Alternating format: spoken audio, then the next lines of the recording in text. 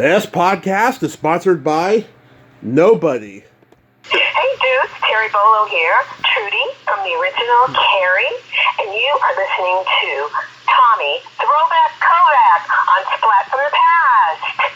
Fun fact, if you tickle Tommy, he purrs just like Catwoman. Hey dudes, welcome to Splat from the Past, the only 80s themed horror sci-fi show where things can get totally radical. Now today I will be welcoming back my good friend Terry Bolo. She's coming back on. This has been a sad year. We're going to be doing a tribute to some of her co-stars that we lost this year. Of course, Paul Reubens, Pee Wee Herman. He impacted her life. He impacted my life, of course. And, recently we lost Piper Laurie. We're going to talk about her as well because they did Carrie together, and spread a little Christmas cheer as well. Maybe talk more about Bad Santa and the Polar Express that she was in. And it's going to be a great conversation again because, I love Terry. Her and I are like peas and carrots. We're like, two of a kind in many ways. We're like kindred spirits. I just adore Terry so much. So yeah, here is my new interview with Terry Bolo. Terry, welcome back. How are you today, darling? Hi, Tommy. I'm good. How are you? Oh, I'm 40. I'm living in Modesto now, and I've been through worse, so I can't complain. I know. You're 40. Oh, well, you know what they say. Huh? Life begins at 40. I know, that's what they say, but my lower back doesn't say so. Oh, this has been a devastating year in terms of losing iconic stars. We lost Cindy Williams just before I could interview her, and that just made me fucking sad. I cried for a month, and I feel so bad for Lynn because this has to be, without a doubt, the worst year of her life. To lose Cindy first and then Paul, it's awful. She's really holding up, though. She's amazing. But I know, I feel so bad for her. And, and she lost John Paragon not too long ago. Her best friend. Yeah. All her best friends. It's sad, And the chosen ones were still here, That Elaine Stritch song. I feel like her, I'm still here. Yeah. I know, I'm glad to be here. Really, it's, Yeah, so let's talk about Paul because, as you know, he shaped my love of comedy early on with Pee Wee. Oh my gosh, yeah. Sam Kinison started my love of stand-up comedy, but, in terms of improv and sketch, it was Pee Wee long before I discovered Saturday Night Live. And I cried a week, and I said rest in peace, every podcast that week of Paul Reubens, because that's how much he affected my life. When was the last time you saw him? Actually, it was quite a long time ago. I'm still kind of in shock about it all. It's just so unbelievable. Yeah. And I said to my aunt, we're not going to get our Christmas card from Paul this year, It's like it came like clockwork. Let's see. I don't know when the last time I saw him. It must have been when I worked on Pee Wee's Big Holiday. Oh, that was 7 years ago, something like that? Not long already? Oy. I'm sorry. But, he always remembered everybody for their birthdays and Christmas. So, I always, we were in touch, a couple times a year. I would send him birthday cards and Christmas cards, and he would send me, email me birthday stuff, and I would send him a email birthday. He was really good that way. And at his service, which I couldn't attend. I just couldn't make it there. They had it live streamed. Yeah. So I watched it. I was just felt like I had no like a rag doll or something. I didn't feel like I could drive myself there. I don't know. I just couldn't do it. And all those people, and I don't know. I'm kind of exclusive these days anyway. But anyway, that's what everybody said. The birthdays, the Christmas cards. I mean, he must have had hundreds of people on his birthday and Christmas card list. He must have been sending out birthday wishes every day. I mean, if you think of all the people you know. Yeah. And he knew a lot of people. And he remembered everybody's birthday. Yeah, even Gina Shaka the Go-Go's posted, oh God, I used to get a Christmas card from Paul, a birthday card from Paul every year. I'm like, wow, he remembered everybody's birthday. He did. It was just amazing. And some of the stories that people told at the service about things he would do, like he was out with somebody, I forget who was telling the story, and he goes, oh, I got to stop by my house first because I have to feed the coyotes. I had to feed the coyotes. He fed the coyotes so that they wouldn't go after people's pets in the neighborhood. Yeah, I was going to ask you too if you had gone to that memorial service. That's sad that you didn't get to. Yeah, I remember I saw him do a Zoom thing with Sid Croft during the pandemic, like in 21, and in 2 years he had aged. Like he let his hair go gray, and he looked a lot thinner than he was. He probably knew he was sick at that time. Oh, uh-huh. Yeah. Well, a couple people also said that. I think he called Lynn. Mm-hmm. He called Phil. What's his name? Phil, the producer? Phil Rosenthal. Oh, Phil Rosenthal, yeah. Say goodbye. Oh. From the hospital. So, yeah. I want to hug Lynn so badly. You know, I asked her last week. I said, you know, you want to come and talk about Cindy and Paul, and she said, I will. I promise I will at a certain point, but just, you know, I'm still going through, you know, everything, you know, and I teared up because I wish I could give her a hug, you know. I know. You know. Yeah, I mean, you know, I'm glad that I got to meet him that weekend that me and Mom went and stuff. I'm glad it was with my mom and not my brother, because my brother would have embarrassed me big time. He did when we went to Mustardpalooza a couple of years before that. Really? But I'm glad my mom went with me, and we were in line 2.5 hours. You know, my big regret was, you know, you were probably working that Saturday. I said, I would have gotten you a ticket, then you would have gotten us to the front of the line. Like, hey, Paul, this is Tommy and Donna. Tommy is your biggest fan. That would have been hilarious. But yeah, it was worth the chronic leg pain, I'll tell you, 2.5 hours.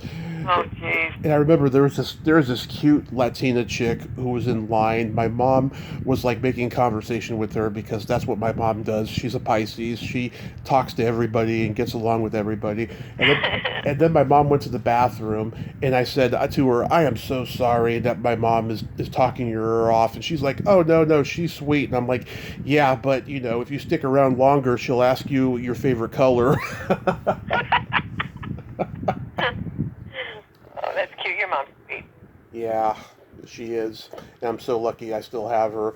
I know you are, yep.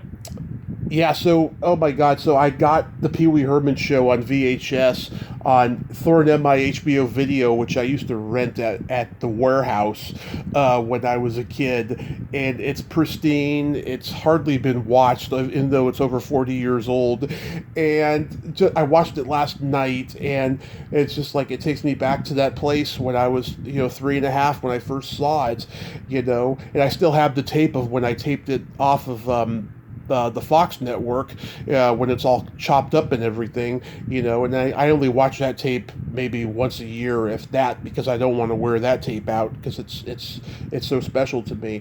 But every time I watch it, it takes me back to that place. I know every line. I just laugh at everything that goes on in it. It's a special show. Oh, and the Christmas special too is so good. Yes. I talked to Steve Binder about the Christmas special. Did you hear that interview? You did talk to him. That was a really cool interview, Tommy. Oh, thank you. Yeah, it's funny. Every interview he does, he talks about the '68 comeback special, even if he doesn't get asked about it, right? So I allowed him to talk, for that first half hour of everything he likes to get out about that special because it was such a high achievement for him and he's so proud of it. And then once, that was done, I'm so glad I got to go into a little bit of hullabaloo and Gilligan's Island and talk about Pee-wee's Playhouse and the Christmas special and Father Guido Sarducci, which I knew nobody asked him about that, but I knew I was going to be the first one because I remember that special. My brother had the poster for it. And Give 'Em Hell, Harry. He got to direct an Academy nominated performance. Oh, yeah.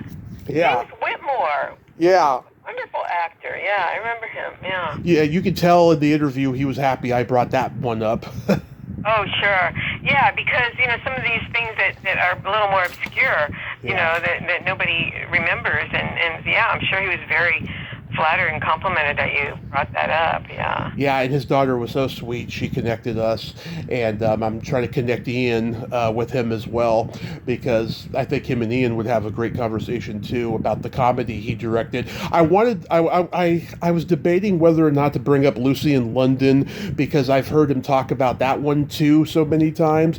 So I decided to discriminate and not ask about that one, although I do like it. I've seen it many times. Lucille Ball, Lucy in London?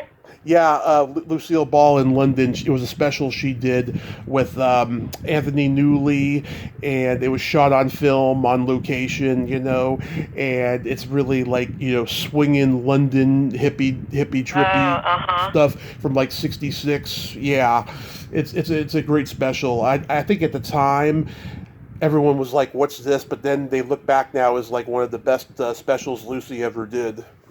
Oh, wow. Yeah. That was in '66.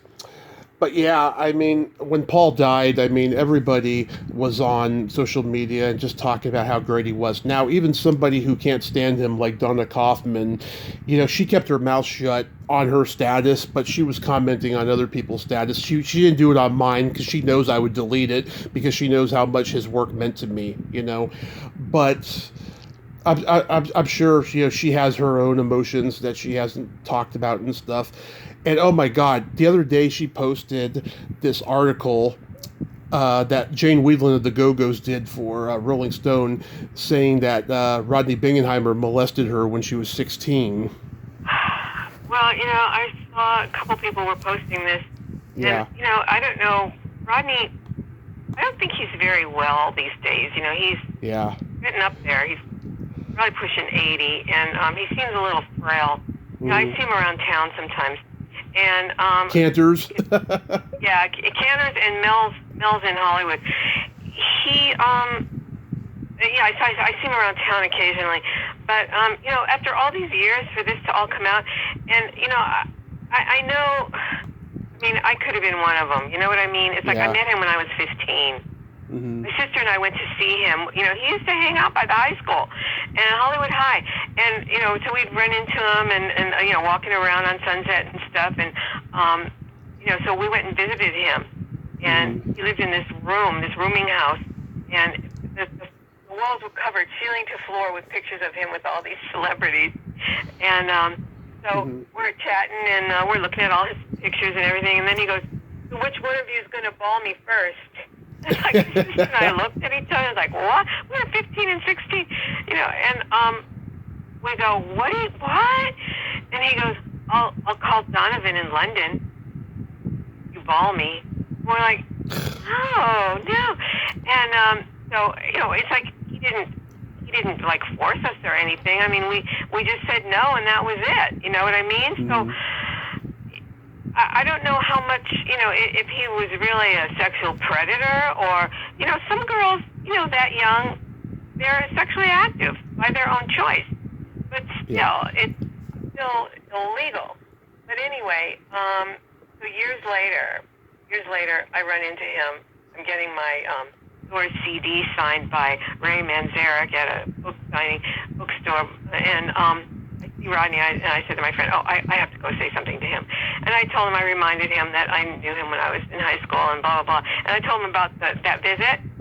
I said, and you told me and my sister that you would call Donovan in London if we balled you. And he goes, Well, did that phone call ever get made? You know, I interviewed Donovan's daughter, Ione Skye, last year. Oh, yeah? Yeah. Oh, my God. Oh my God! Yeah, well, it's a good thing that you weren't one of them. I think he gravitated toward brunettes more because Donna told me that he had a crush on Brooke Shields, which she didn't know how disturbing it was until she was at his apartment and saw every nook and cranny was a Brooke Shields image, like everywhere of his every inch of his apartment, and she got the hell out of there. It was so disturbing. Oh, wow. Yeah. Yeah, that would be a little unnerving, I would think. That's sad. Yeah, I mean, Mark Maron has said in the last year, he sees Rodney at Cantor's all the time and is always trying to get him to come on his podcast. But I'm sure after hearing that, he won't want to have him on. But that is sad. I mean, I love what the guy did for music. He brought so many of my favorite bands to prominence. I just love. I read not too long ago that the first record he ever played on his first show was the Ramones. Yeah. Yeah, I just love that. He also drove them in Rock and Roll High School. When they pull up in the pickup truck, that's Rodney driving it. Yeah. And I mean, David Bowie. I mean, my God, he launched David Bowie, for God's sake. Yeah. Yeah, well, it's funny. Bowie had kind of an esoteric following, but then once he came out with Fame and Golden Years and then the Berlin stuff, Rodney was playing that stuff a lot, and then he built up a bigger following that way. Yeah, that's just amazing. He launched so many careers, and he's still living in a little apartment in Hollywood. Yeah, and all these people are rich and famous. It's sad. But I guess he, given what's happened, I guess he deserves it in a way. But also too, I realized this is the 25th anniversary, and it's not even something to celebrate, sadly. But it's good to celebrate the life of Phil Hartman because he also had an impact on your life, as did a lot of us. I was just emailing a Groundling friend. She's writing a little, I don't know, she's making up a little commemorative booklet because we're going to be celebrating 50 years next year. And so she wanted to get people's input and stories and stuff. And, I started writing about things and memories, and I just thought, some of the most talented people that came out of the Groundlings, I saw them in their early days there on the Groundling stage. Phil Hartman, John Paragon, and Paul Reubens. And the three of them all at the same time. I mean, we were watching them develop all their material in those early days, and, it was just astonishing. And they're all gone now. Yeah. Gone. It's a natural part of life, and all you can do, for the remainder of your time is write about it and talk about it because, people need to be aware of this stuff. I mean, I had Andrea Leto come back on the other day. Her father, George Leto, was a great movie producer who, he was so outspoken about being a humanist and a liberal in Hollywood, and he was bringing all the blacklisted people, back to work and stuff that, he didn't get to produce as many great films as he would have liked to because, he was living in a very conservative Hollywood at the time, and, he didn't keep his mouth shut, and, he was a great humanist, and she made this great documentary about him that she's trying to get sold, and she sent me the screener of it, and it was just beautiful. It was beautiful. So what is he known for? I'm not sure I'm familiar with him. Brian De Palma's Dressed to Kill, Over the Edge, which is actually based on an incident that happened to one of my mom's friends when they were in high school. This teenager got murdered in the Bay Area, and it's based on that with Matt Dillon. I think it was his first movie. Oh. And he did a couple others, more obscure stuff. But yeah, I mean, he had an eye for talent, and he chose really good scripts. He should have produced a lot more movies, but never got to. Oh, and I think he did Blowout, the follow-up De Palma movie with Nancy Allen and John Travolta. Yeah, I never did see those, although, I'm a huge fan of John Travolta. Brian De Palma, and even for Carrie. I mean, I remember his earlier films that Sisters and Phantom of the Paradise and Greetings and Hi Mom, and his earlier stuff. So innovative and unique, and so I was really excited when I got cast in Carrie. Yeah, I mean, those movies are all like religion to me. Growing up, just I've always had a love for very good movies and very bad ones as well. Well, the bad ones are entertaining in a different way, But Phil, though, Dana Carvey and David Spade did a tribute to him on their podcast. It was like 4 hours long. They did like a live Q&A one, and then they had a couple of people from Saturday Night Live come on and talk about him for an hour. And I thought that was really nice. They did a Chris Farley one last year, too. He was an incredibly unique and talented person, and he was like a Renaissance man. I mean, he had all these interests and talents. He could do anything. He was a graphic designer, and I think Phil could do anything. And he was always learning about something. People were like, "Oh, I'm going sailing this weekend. You sail? Oh, no, I'm learning how." He's always learning something new, and he was just a natural comedian. I mean, the first time, when he came to the Groundlings, it was like, here's how he came to the Groundlings. We were in our little 30-seat theater in Hollywood, and it was before the show was going to start, and Gary, the director, and Steve Newman, Tracy's brother, was the lighting guy. They were up in the light booth, and doing checking things and just waiting for the show to start. And half the house was one party, and it was Phil Hartman's birthday party. His friends took him to see the Groundlings for his birthday. And just before the show starts, he gets up on stage and starts, doing all this, just riffing and just, cutting up for his friends. And Gary's like, "Oh my God, look at this guy! Look at this guy! Who is this guy?" And after the show, Gary, found him in the audience and said, "You should come and join us." Yeah. He just jumps up on the stage. At his birthday party, theater party. I mean, I told you when we were at the Rainbow having lunch, I told you the Easter story, and that will always crack me up, especially the way Lynn tells it. And about how, Doug Cox had written that sketch where they were making fun of the Last Supper and everything. And right. And he's backstage like, "What happened? I thought I was going to get huge laughs." And Phil puts his arm around him and says, "You can say all you want about Jesus' birthday, but don't fuck with the resurrection."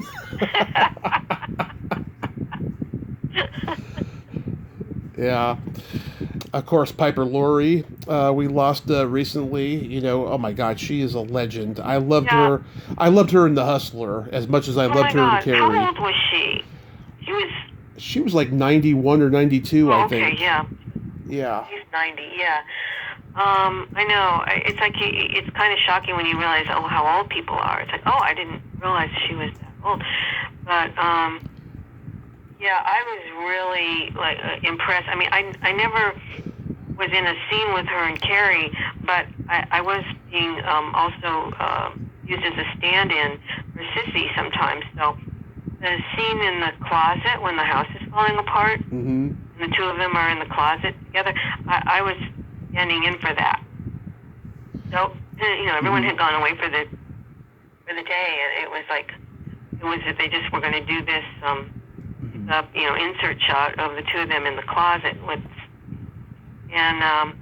so I just went and introduced myself to her when she came on the set, and she was in the nightgown and everything. Yeah. And that's all I just, because I was going to be working with her, I just wanted to introduce myself. And I'm very respectful of other performers, and realize that they have their inner work that they're people too doing. And no, I mean when they're working, it's like they're not there to chat with you. They're working, and they have their preparation going on. You know what I mean? You don't want to interrupt their thought flow or whatever their preparation, whatever they're working on internally. Yeah.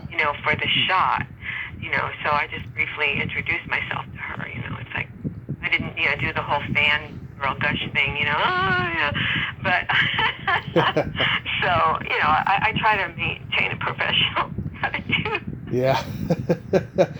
Yeah. She was scheduled to be at a Monsterpalooza that I was at, and she had some health issues and didn't show up, and I was so devastated. Um, I think it was the one that I met Nancy Allen and William Catt at. Oh, well, let's see. There were a couple of things 5 or 6 years ago, whatever, the 40th anniversary for Carrie, Yeah. a big fundraiser for Nancy Allen's cancer charity. And then years before that, there was a fundraiser. It was supposed to be for Piper Laurie's elephant charity, and she was sick and she couldn't make it.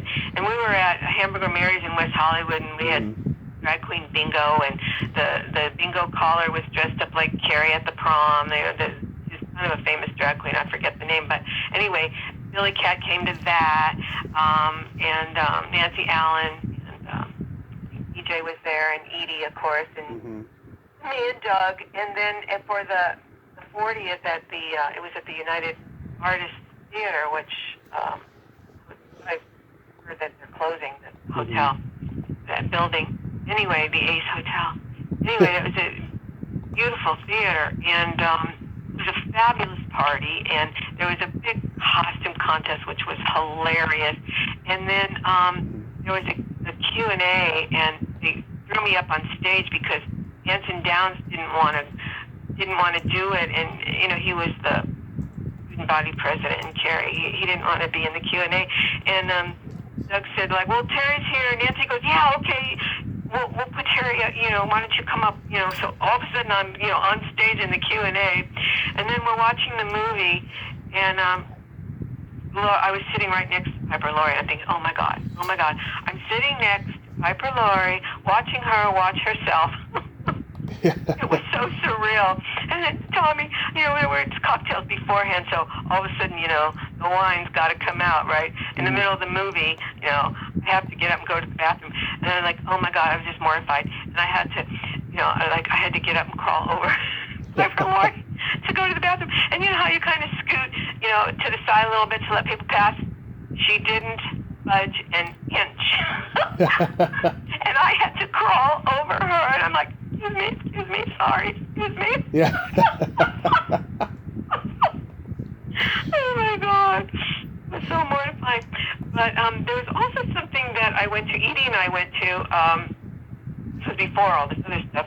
It was a retrospective and at the Egyptian Theater and a book signing and for a Piper, and they showed The Hustler, and then they showed Carrie, and a double feature, and these are the two movies she made 15 years apart, because she had left the business.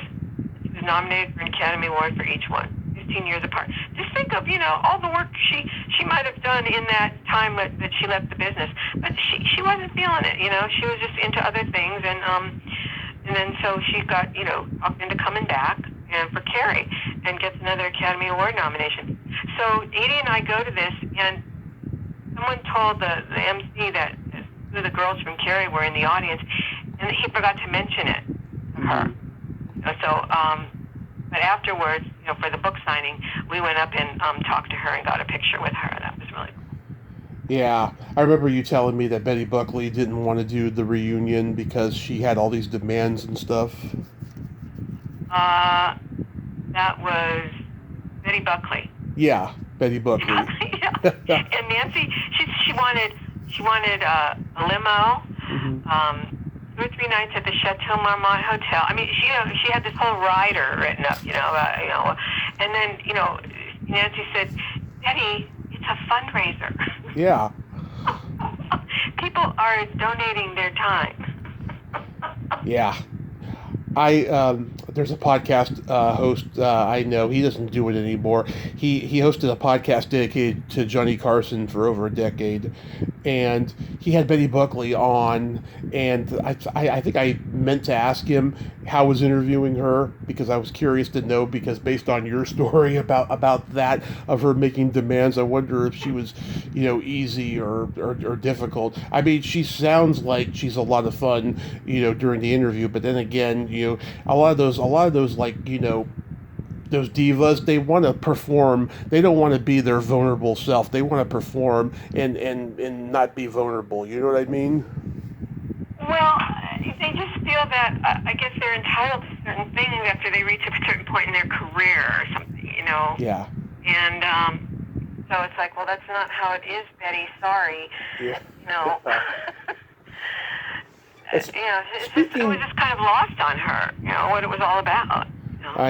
I know. Speaking of Johnny, personal appearance, you know. Yeah. Speaking of Johnny Carson, though, I'm curious. Did you ever have a Johnny Carson experience? No, I didn't. Although I heard that he was a chain smoker. Yes. And a lot of times he would have a cigarette burning under the desk. Sometimes you could see a little smoke curling up from behind the desk. And also, I don't think he was really very nice in person to a lot of people. You know, he had his TV persona. Yes. And which was very, very, you know, agreeable and, you know, everybody congenial and, you know, who didn't love Johnny Carson, right? Yeah. But that wasn't him in real life. No, he had his demons. He was very aloof, very shy. You know, he ran his show like the mafia ran nightclubs back in the days that he was coming up, because, you know, I think quite frankly that's why they were so anxious to get rid of him for over a decade, because they were tired of dealing with all the crap, you know, because he pissed off a lot of stars because, you know, he was so sensitive. Like if they offended him, he would say, okay, you're not coming back on, you know, and other people would do it on his behalf and so forth. And it was quite interesting. I mean, Johnny literally was a one of a kind. There's never been anyone like that in the history of show business, I don't think. No, I know. Yeah, and I interviewed, I don't know if you know Shelley Herman. She came from sketch and improv. She was a page at NBC for a couple of years in the late 70s, and she wrote a book called My Peacock Tale that came out this summer.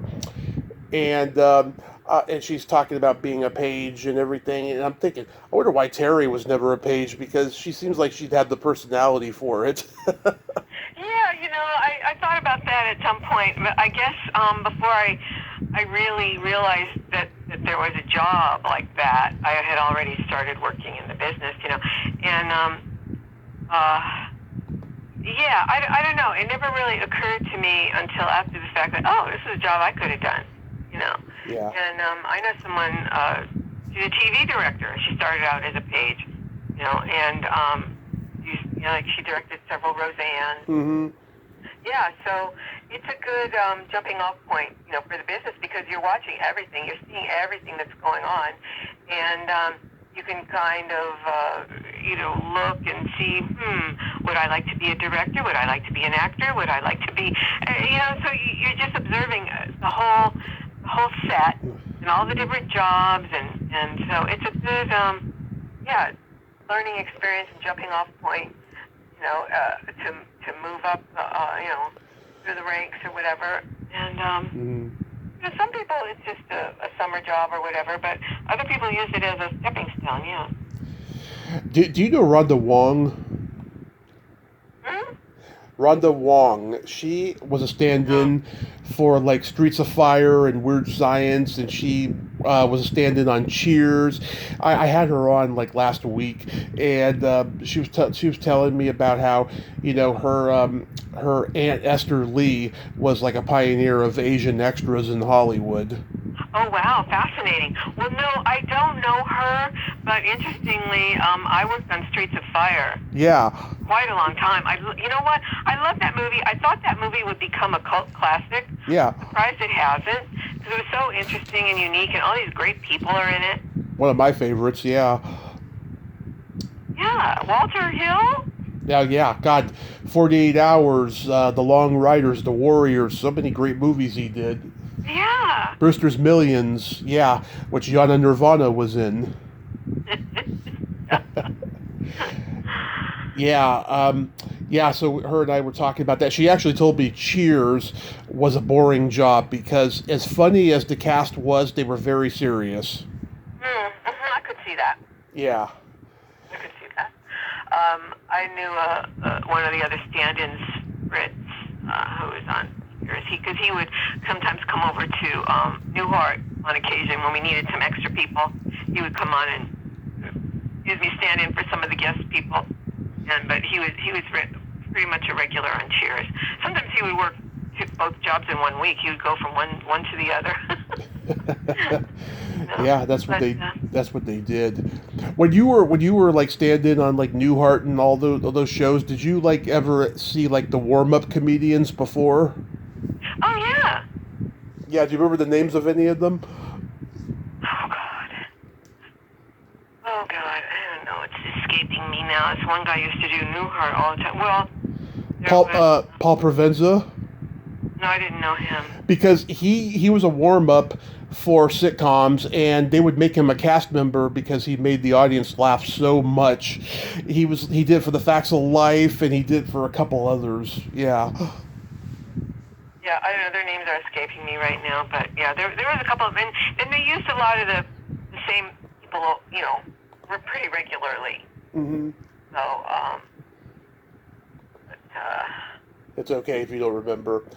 But, yeah, I mean, in previous Christmas shows, we've talked about, you working on Bad Santa, which turns 20 this year. That's crazy. I remember when it first came out. Oh, my God. I love that movie. I have the DVD. Of course, I'm planning on watching it, within the next week or so. And I had such a good time working on that movie. I think it was 2 or 3 days at least, and in the department store. And I know I was in several scenes, but I don't see myself anywhere. Sometimes you don't realize, where the camera is or how they're going to cut it or whatever, because I felt like I was in some stuff. Mm-hmm. And when I see it, I'm not there. So I don't know, alternate shot or something. I don't know. But anyway, with the editing, I'm not there. But it was so much fun watching Billy Bob Thornton.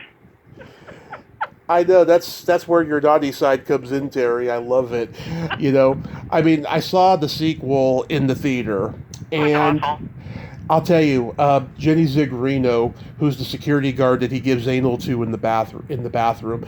I met her a month after I saw the movie. She came to town to do some stand-up shows.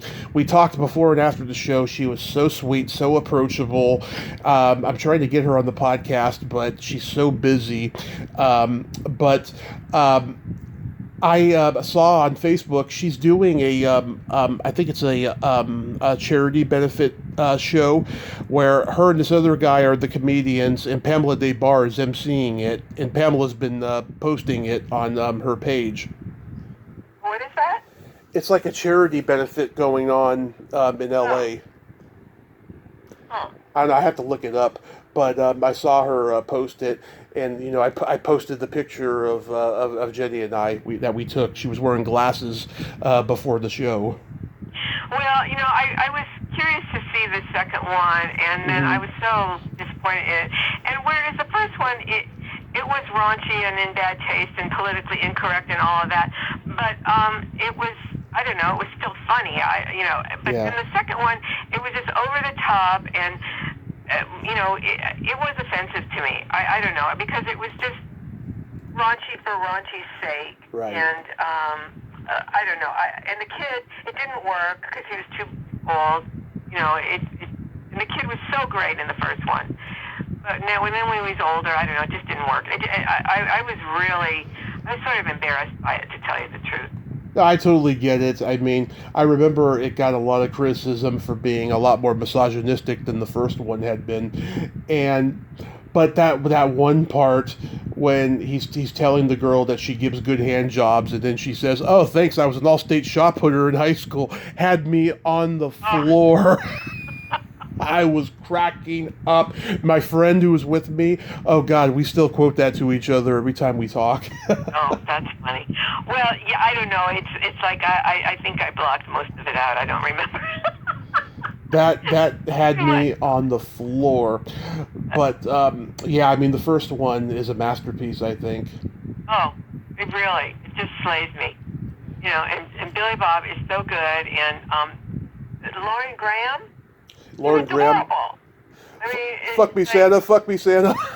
Oh. love that. Yeah, she was on the Gilmore Girls, and she was on this show that didn't last called Townies with Molly Ringwald, Jenna Elfman, and Bill Burr before anybody knew who Bill Burr was. Oh, I don't know who he is.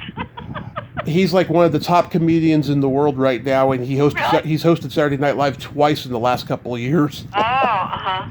Oh, he's funny. He's in his 50s now, but like, yeah, he did stand up, and then he was a writer on the Dave Chappelle show, and then in the last decade or so, he's been getting success. He's become more famous in the last 2 years than he has his whole career, because he went from headlining comedy clubs to arenas now. I mean, he's like huge.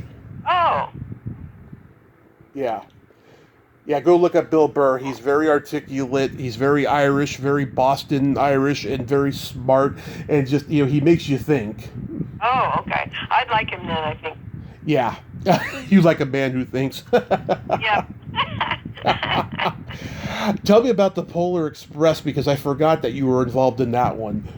It was just one day, yeah. And I don't know why I remember it so well, but I was standing outside like this little kind of like storybook town, like sweet shop or something, mm-hmm. And the train's going by. I'm supposed to imagine this train going by. It's not really there, but I remember I was wearing this kind of what did they call Fair Isle kind of print sweater, like a big wintry sweater, and just standing there. It was like really nothing.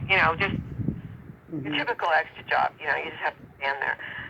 So it wasn't like something where I had to do very much, but it was just one of those, a day on this, a day on that, you know what I mean? Mm-hmm. But it was a Christmas movie, and when you watch it, it's like most of the movie is animated, or computer generated or whatever it is. So what I did was, the soundstage was practically empty, just except for the one little, flat or mm-hmm.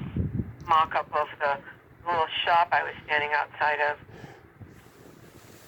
And I can't remember. There must have been other people there, but I remember it wasn't a big crowd.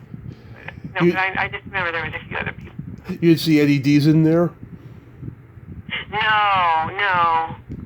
Yeah, he was on set for like a couple of.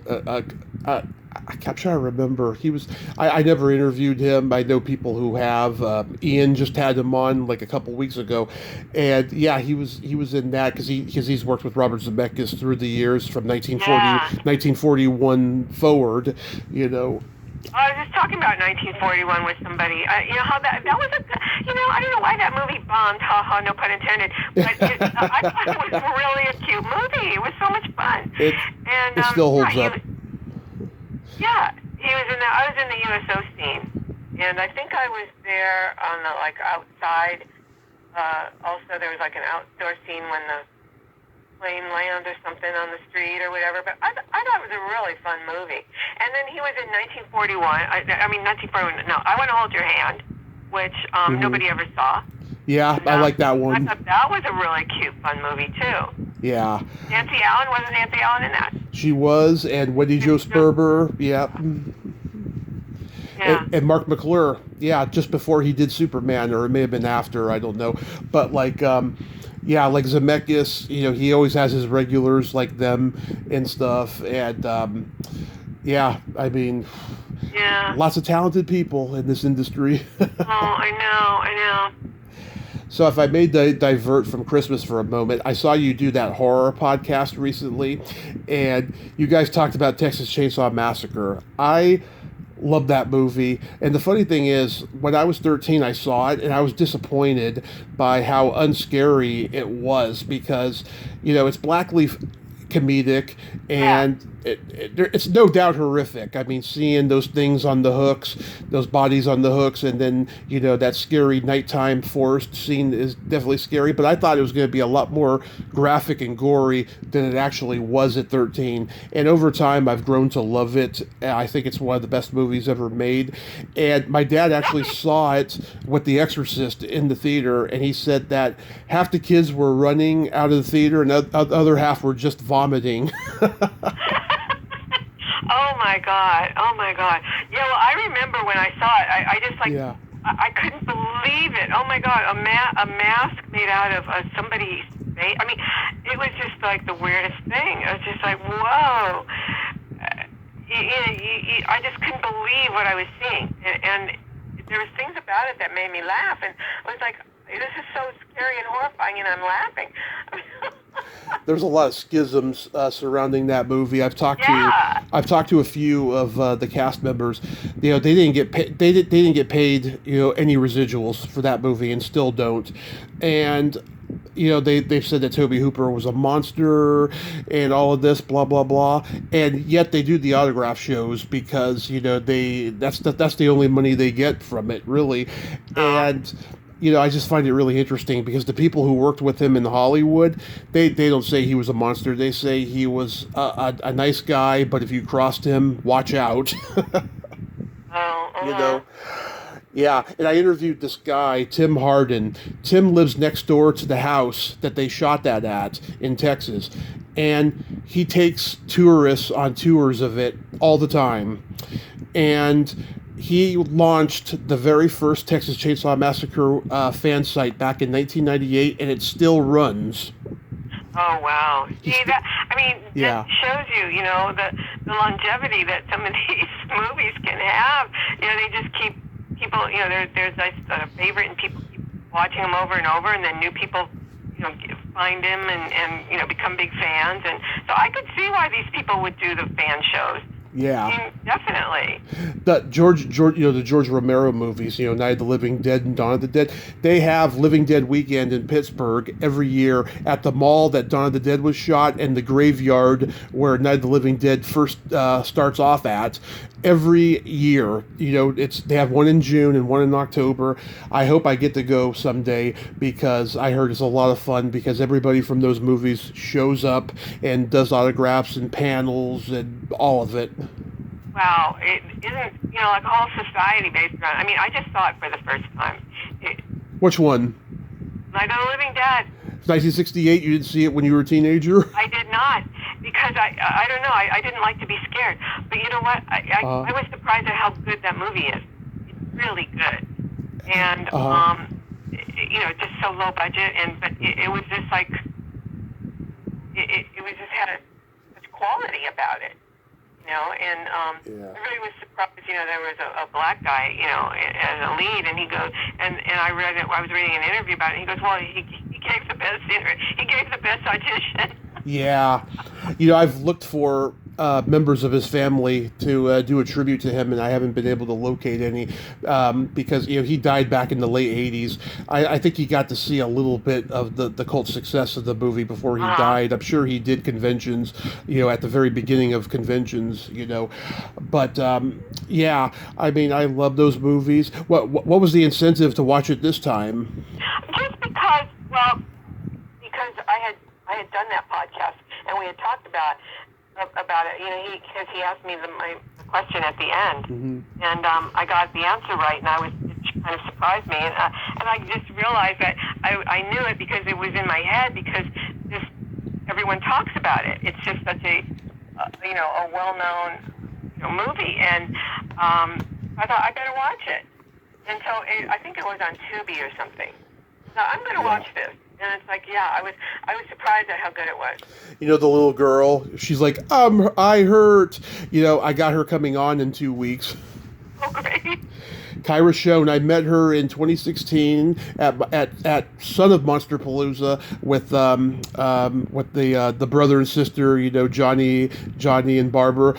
You know, I met them too, and I've had Judith O'Day on, but I got her coming on, and I can't wait. Her sense of humor is very dirty like mine because I heard her on another show. Oh, and you know, she just has such an interesting look. She's very striking, you know, yes. and compelling, her look and her perfect little flip and everything. I mean, she just looks so great in that movie.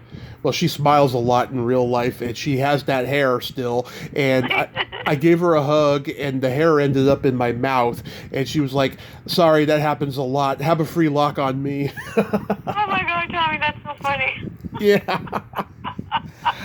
Yeah. That movie fell into the public domain because George Romero, Russell Streiner, and John Russo made a bad deal, and they restored it in 2017 and had it copywritten. But the original print is still in the public domain. People can still show the original print, but they got like freaking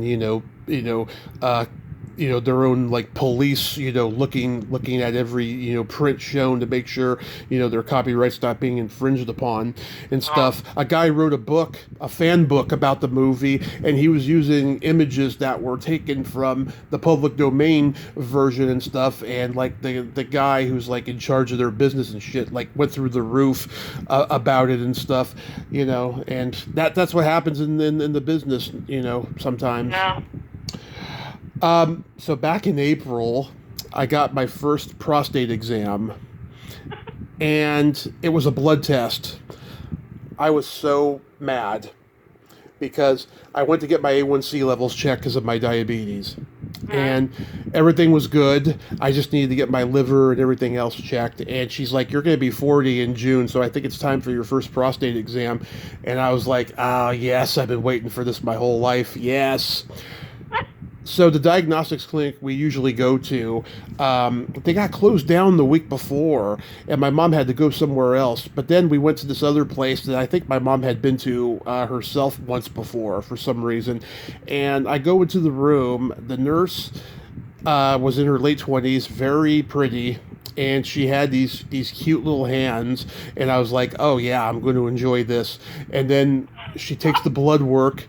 And then she's like, okay, you could go now. And I'm like, what about the prostate exam? And she's like, oh, no, this is part of it. I'm like, what? And she's like, yeah, because, there's things in the air now with COVID and Me Too and all that crap. And I'm like, oh, that is such a load of horse shit. You didn't get a physical exam? No, it was just a blood test. Oh, that's interesting. And she told me, she said, you may get charged $200 for this, unless your insurance covers it, and it did, so I didn't have to pay it. But I was like, damn it. Thank you for sharing. Well, I moved now, so maybe the next one I get will be the physical one. Who knows? Oh God. What color are your toenails painted today? Mine? Mm-hmm. I think they're called like Canyon Sunset or something. It's sort of a deserty, brownish color.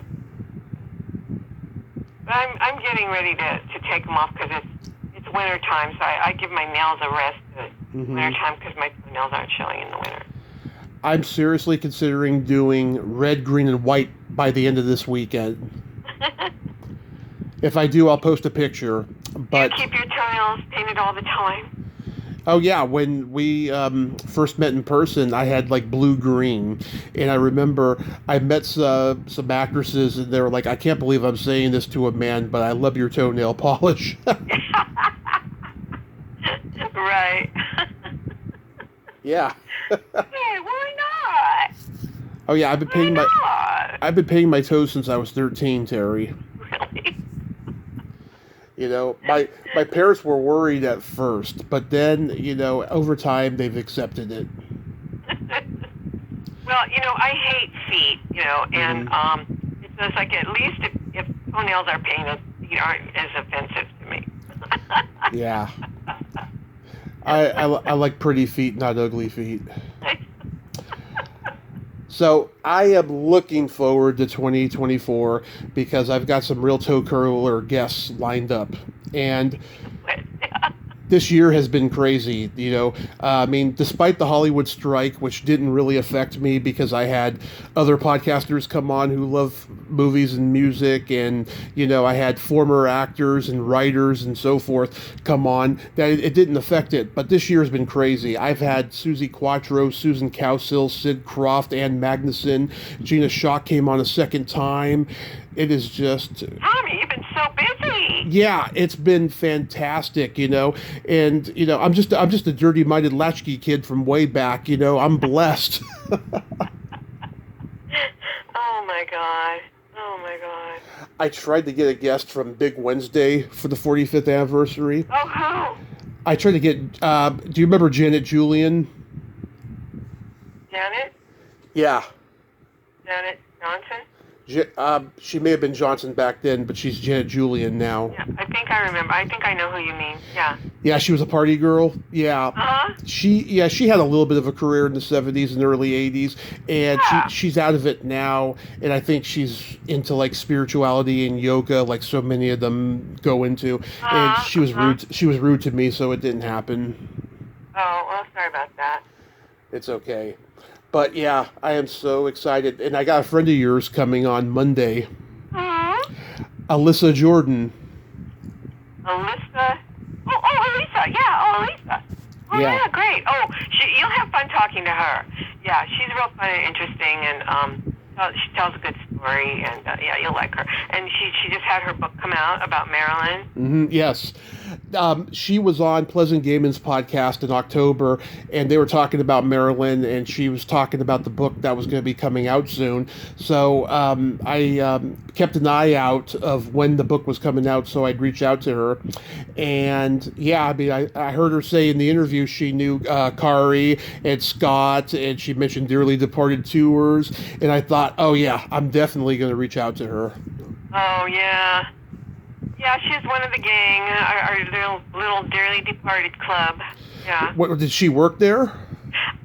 She used to do tours, and Scott would drive for her tour. Mm-hmm. Would do her Maryland tour. So, and then she worked with Scott. Well, I think she still does work with Scott. I mean, she used to do a newsletter, and she was like an organizer for all these events that we would have in the at the shop. And so she was always coming up with good ideas and stuff to do. And like we had the Liberace birthday party, and you know, she was always coming up with ideas. And we had a Beyond the Valley of the Dolls. Beyond the Valley of Death.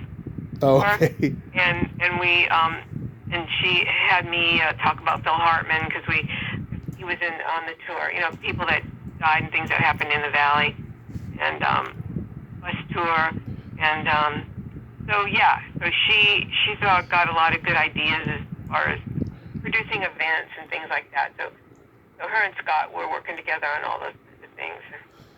That's fantastic. Yeah, speaking of Beyond the Valley of the Dolls, you know, I've talked to a couple people from it, including Christopher Reardon, as you know.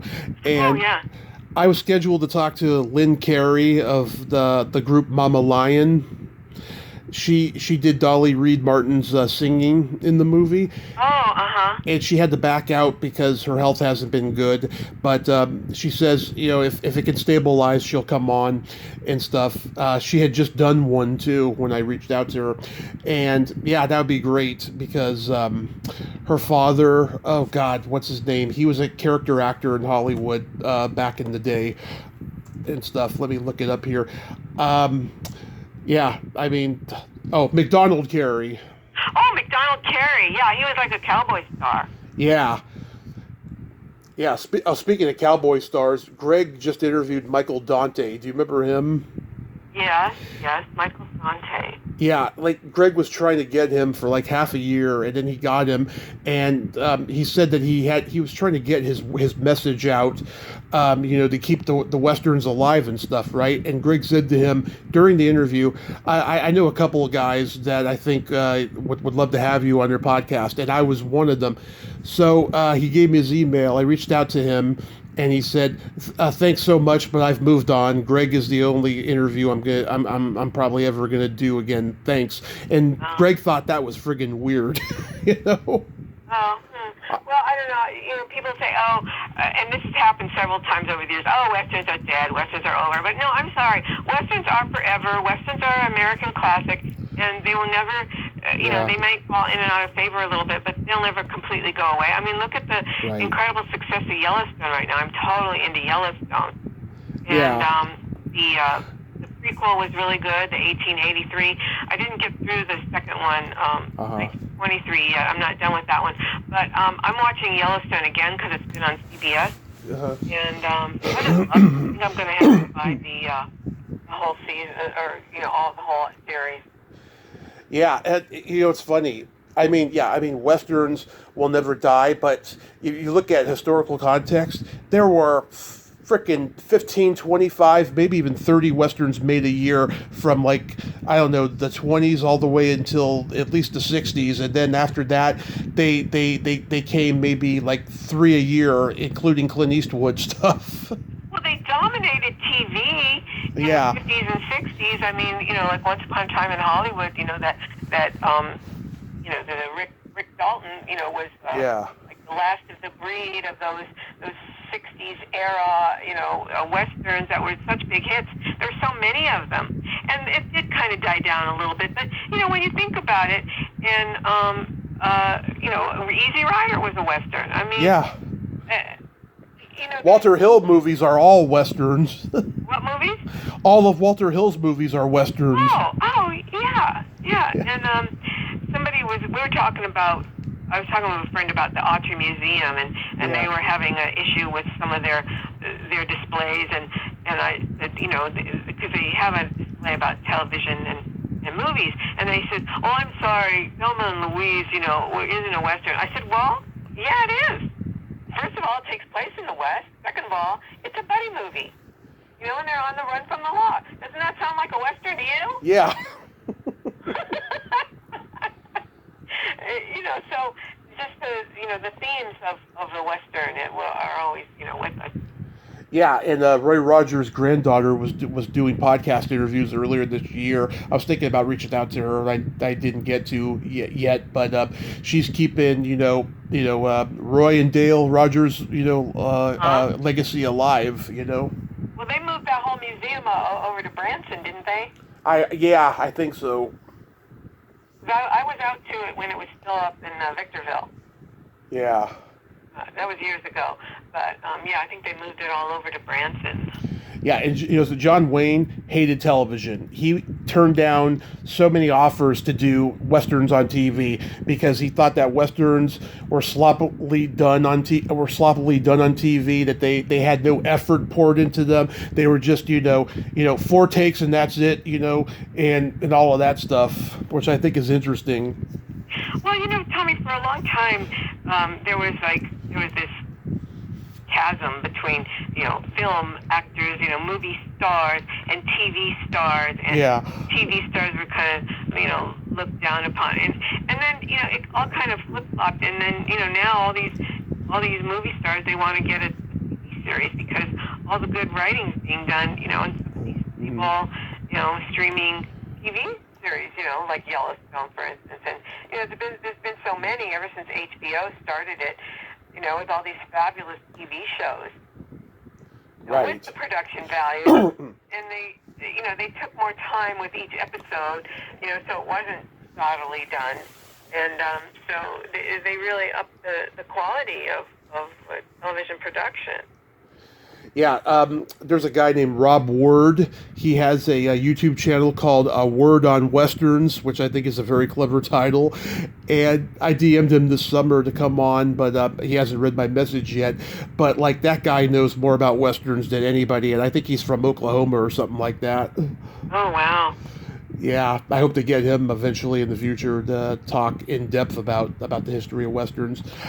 When I was a docent at the Autry Museum, we did a whole exhibit on Buffalo Bill. Mm-hmm. And Buffalo Bill, made his life into a career, and he started the Wild West show. And for 30 years, he toured his show, and all over the United States and Europe. And then when films became popular, it was like Western, because everyone's imagination was so piqued by, of course, there was the dime novels, too, at the time, by the Old West. And so early movies, there were some Westerns were very popular. So it's just been ingrained in our collective consciousness, the cultural, collective consciousness of the Western as a genre. And I have to say, it's the Buffalo Bill. Mm-hmm. So that was sort of like a big part of the exhibit. It's like how his influence is so far-reaching into the 20th century. Anyway, so that's one of the reasons why I think it's been so ingrained in our consciousness. Because people would tell their kids and their grandkids, we saw Buffalo Bill, because there was no TV or radio or movies or anything. It's like if Buffalo Bill's show came to town, that was the biggest thing in your life that you ever saw. Mm-hmm. Oh yeah, I mean the magic Yeah. of old radio, you know. Well, yeah, and this is before radio, before anything. You know, Buffalo Bill came to town. You know, you were like you died and gone to heaven. I mean, it was like the biggest thing ever. So anyway, it's hard to think of that in those terms, but What are your top favorite westerns of all time? oh my God, that's really a tough one. I can tell you mine. I mean, I love The Gunfighter with Gregory Peck. Oh, uh-huh. You know, he turned down High Noon because he thought it was too similar to The Gunfighter, and it is Oh, in many ways. I like High Noon. I like The Searchers with John Wayne and Natalie Wood and Jeffrey Hunter. You know, I love even B Western crap, you know? I love it all. Me too. Yeah. I really do. And of course, you know, as a kid, you know, watching all the TV shows, I loved Bonanza, and of course, I had a crush on Little Joe, and you know, but it's like I think you know with Clint Eastwood, you know, when he brought the Unforgiven, Yeah. yeah, it was like that made the Western big again. You know, because it had kind of gone, you know, by the side, you know. When I interviewed David L. Lander, I called him the night before to confirm, and he didn't pick up the phone. And then when he called me back later, he said, "Sorry, I was watching A Fistful of Dollars." Oh my God, yeah, and all the spaghetti westerns, and it's so funny. And Once Upon a Time in Hollywood, when Rick Dalton's all pissed off because he has to go do spaghetti western. I love A Fistful of Dollars the most out of those three spaghetti westerns. I mean, I do love The Good, the Bad, and the Ugly. For a few dollars more, I think is okay. I think Lee Van Cleef is very evil in that movie, but Fistful of Dollars is my favorite of the three. Mm-hmm. Yeah. And, you know, every big star, of course, wanted to do a western. Oh yeah. I mean, I don't think Errol Flynn got to do one. You know, he was the swashbuckler and the pirate and the hero in general. You know, the adventurer and stuff. But yeah, I mean, pretty much everybody got to do a western back in the day. Yeah, and every studio had to have a western set. You know, Western Street, and yeah. Yeah. Oh, even Way Out West with Laurel and Hardy. I love that one. Oh God. That one's hilarious. So, what are your Christmas plans? Well, you know, Tommy, it's like Christmas is so different now, Yeah. and it's like, you know, my family doesn't all. Well, you know, my family's gotten a lot smaller. You know, people have passed on, and it's just different. And I don't travel much anymore, so it's really low key. So it's okay. You know, I have my own little rituals that I do. Like I have my little collection of Christmas movies. You know, Bad Santa being one of them. And then of course I always have to watch The Nutcracker. Yep. And I'll see a few friends and relatives, like my aunt and I always get together, and it's not like it used to be. You know, so I get a little nostalgic and melancholy, you know, thinking about the big family parties we used to have, and when I was younger. Yeah. But it's just different now, but it's okay, because I still enjoy everything. You know, I really love everything about Christmas.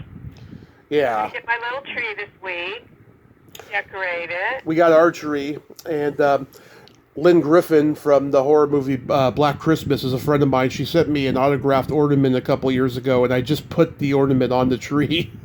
Oh, well, you know, when I worked at Dearly Departed, we had a black Christmas tree that we would put up, and one year we had a Christmas tree decorating party, and everybody had to bring an ornament, and so there was all these ornaments from like dead celebrities, and you know, there's like a musical Elvis ornament, and then there were homemade ornaments, and I made an ornament with it was like a little foam, you know, a little foam craft kit of a gingerbread man, and his tummy was empty, and you could put a photo in there. Right. I put a photo of Marilyn in there, and then I had a little skeleton, and I put red rhinestones in his eyes, and had him and put a Santa hat on him, and had him hold a Merry Christmas sign. And so this tree was all decorated with all kinds of crazy ornaments like this. And so every year, you know, the 3 years that we had it, you know, I would be in charge of the Christmas tree, and I would have to decorate our horror Christmas tree. I used to buy my mom Elvis ornaments. I had one of Elvis with the hound dog. It was so cute, and just her reaction when she opened it, oh my God, she laughed and she started tearing up. And then I had another one where Elvis is dressed like Santa and he's reading a big old list. And when you press the button, you hear, "Here comes Santa Claus, here comes Santa Claus." Oh, we would have loved that one. So yeah, we had all these dead celebrity ornaments, on our black Christmas tree. Yeah. God, I miss that place. I still have dreams that I still work there. And how's your kitty, David? Oh, David's just fine. David's having a snooze right now. I swear to God. Yeah, our cat Cinnamon, she's been very affectionate lately. The older she gets, the more she matures, she becomes a lot more affectionate. She was a ferocious little girl when we first got her. And our dog Abby, our little Chiweenie dog, she's starting to mature a little bit. She used to be a lot more hyper when we first got her 2 years ago, but now she's just starting to be a lot more chill. But she's still, kissing me all the time. Oh, isn't that just the sweetest? I just love it. And, David is, he's not very old. When I first got him, he was only a year old. Uh-huh. I thought he was older because he was just kind of mellow and he just laid around and he loved to be petted. And I said, oh, good, a nice old mellow cat. They said, no, he's only a year old. Yeah. But he was never he didn't do any crazy kitten antics, But I kind of like that because, kittens are kind of crazy. But he's very affectionate. He likes to lay on my lap and so he's sweet. And he leaves the tree alone. He leaves the Christmas tree alone, which all my cats have been really good about the Christmas tree. We need that. I mean, our pets, they leave the tree alone now. But when we first got Cinnamon, she used to try to climb up it.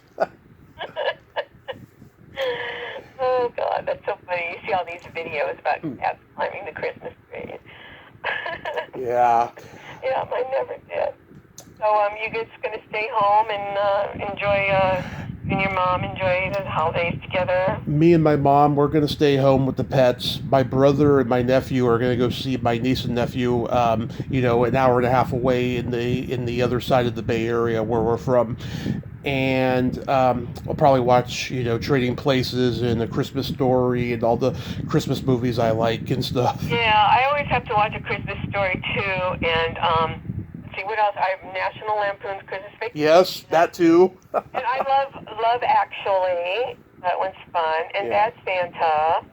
And then I have to watch The Nutcracker. I love The Nutcracker. Which one? Well, the one I have is not Macaulay Culkin. Mine's I saw that. No, mine's the Kirov ballet. It's older. Okay. Actually, what else do I have? Bad Santa. Home Alone. You gonna watch Home Alone again? No, you know what? I only watched it for the first time last year. But and I have Elf. Yes. Will Ferrell's Elf, I think, is very funny. So yeah, those are my Christmas movies. I also like Jingle All the Way with Arnold. Oh no. That's all. No, thank you. My dad took me to see that in the theater, and we were just laughing hysterically at how bad it was, What? Terry, I love you, darling. Thank you so much for coming back on, as always. We always have... You too, Tommy. It's always fun to chat with you. I love you. I'm going on our little tangents about movies and actors and everything. It's so much fun. We always have fun, yes. And I think this is, your 9th time. I think next year for the 10th, we'll just nerd out on movies in general and stuff. Okay. Good, honey. Love you. Merry Christmas, darling. Yes, and let's talk unrecorded soon. And, just have fun with David over there, and give Auntie my love as well. All right, sweetie. Thanks so much. Give a hug to your mommy for me. I sure will. Okay, bye-bye. Bye-bye. Well, there you have it. Terry Bolo. Ain't she always a sweetheart? I just frickin' love her. God, she is just my muse, my Auntie Terry. I love her. I wish we could celebrate Christmas, Who knows? Maybe someday God will lend a hand to fate. We shall see. Well, until next time, this is Tommy Throwback Kovac saying, there's no shame in living in the past, because the present sucks. Later, dudes.